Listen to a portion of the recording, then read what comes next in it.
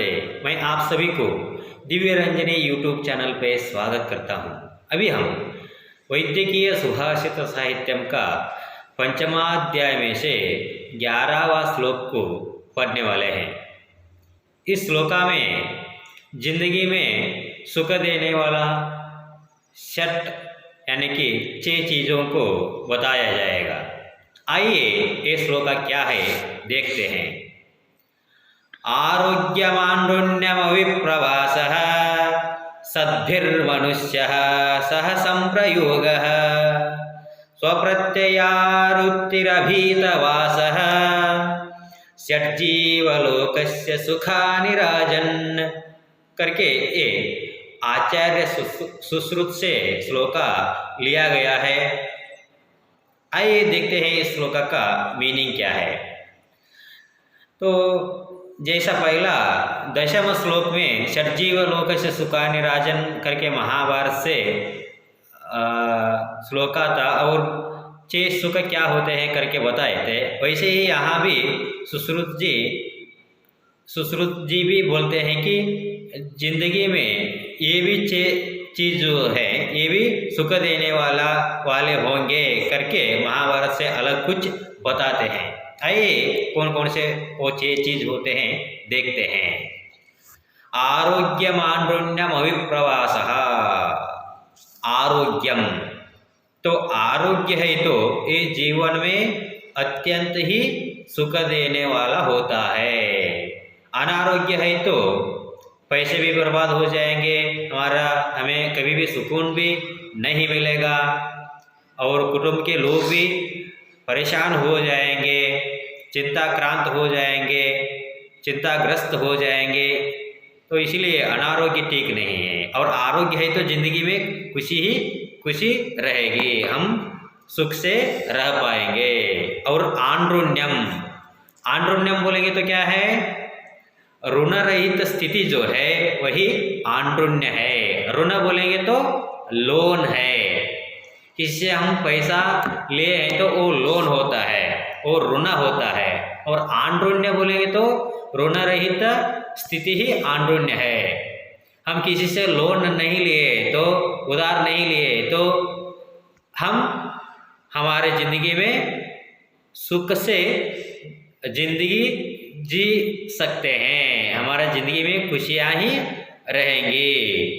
कुछ ऋण है तो लोन है तो हम चिंताग्रस्त ही रहेंगे, कब पैसा इकट्ठा करना है, कब उन्हें देना है, उसका इंटरेस्ट वगैरह जो भी होता है वो टाइम पे भरना होता है, नहीं तो बढ़ जाएगा। ऐसा बहुत कुछ चिंताएं हो जाती है। इसलिए हमारा लोन ही नहीं है तो हमारा ज़िंदगी में सुख रहेगा। और आगे है अविप्रवासः। तो अविप्रवासः बोलेंगे तो क्या है, घर से दूर नहीं रहना ही अविप्रवास है। तो घर से दूर नहीं रहेंगे तो वो भी सुख देने वाला ही होता है, क्योंकि जननी जन्मभूमिश्च स्वर्गादपि गरीयसी करके जो बोलते हैं वो ऐसा। हम कुछ पढ़ने के लिए हो, जॉब करने के लिए हो या फिर कुछ पैसा कमाने के लिए तो बाहर जाते हैं। बाहर बोलेंगे तो इस देश में भी और कहीं जाते हैं या फिर इस देश को छोड़ के और कहीं दूसरे देश में विदेशों में हम जाते हैं। वो क्या होता है, हमारा मातृ और मातृभूमि को छोड़ के जाना होता है, उससे ज़िंदगी में हमें सुख नहीं मिलता है। तो अपने लोग जहाँ रहते हैं वहीं हमें सुख मिलता है। तो इसीलिए वो बोले अविप्रवासः। तो हमारा घर का नज़दीक ही या फिर गांव का नज़दीक ही हम रहेंगे तो हमें खुशी मिलेंगी और हम सुखी रहेंगे, क्योंकि हम कहीं जाके बहुत सारे महंगी होटल में खाना खाते हैं तो भी घर का खाना जो होता है वो बहुत ही सुकून देने वाला होता है। तो घर का लोगों का साक्षात जो संदर्शन वगैरह होता है वो भी खुशियाँ देने वाला ही संदर्शन होता है। इसीलिए ये बोले घर से दूर नहीं रहना भी वो क्या है, सुख देने वाला ही है करके अभिप्रवासः करके बोले। और सद्भिर्मनुष्यः सह संप्रयोगः करके है। सद्भिर्मनुष्यः बोलेंगे तो सज्जन जो लोग रहते हैं उनका साथ रहना।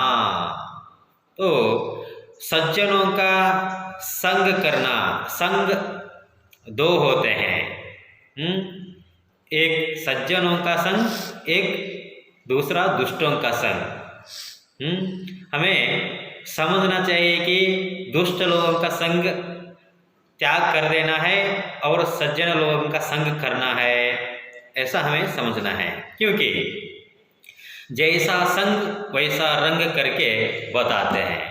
हम जिस किसी का भी संग करेंगे तो उस जैसा ही हो जाएंगे, उन लोग जैसे ही हम भी हो जाएंगे करके बोलते हैं, है कि नहीं। अभी हम झगड़ा करते हैं तो भी हमारा कुछ व्यवहार वगैरह होते हैं तो भी, फ्रेंडशिप वगैरह होते हैं तो भी, या फिर झगड़ा वगैरह होते हैं तो भी उत्तम लोगों का साथ ही करना चाहिए करके बोला जाता है।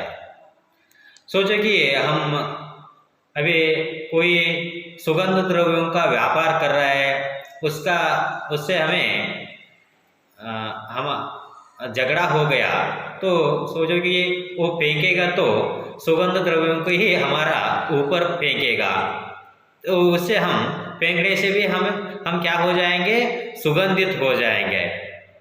और गोबर उठाने वाला एक रहता है, सोचिए कि उसका साथ हमारा झगड़ा चल रहा है, तब वो झगड़ा करने से उसका साथ झगड़ा करने से क्या हो जाएगा, वो गोबर का जो भी टोकरी वगैरह हो जाता है उसको उठा के फेंकेगा तो हम गोबर में ही भर जाएंगे। इसलिए हम रहते हैं तो भी उत्तमों का संग ही हमें रहना चाहिए, बातें करते हैं तो भी, हमारा जो कोई भी व्यवहार होते हैं तो भी, या फिर झगड़े होते हैं तो भी उत्तमों का संग में ही रहना चाहिए। तो उत्तम लोग सज्जन लोग डांटते हैं तो भी वहाँ एक नीति रहती है, तो ऐसा मत करो बोल के उसमें नीति रहती है। इसलिए बोले सद्भिर मनुष्य, सज्जनों का संग करो, ये क्या होता है, जिंदगी में सुख देने वाला होता है।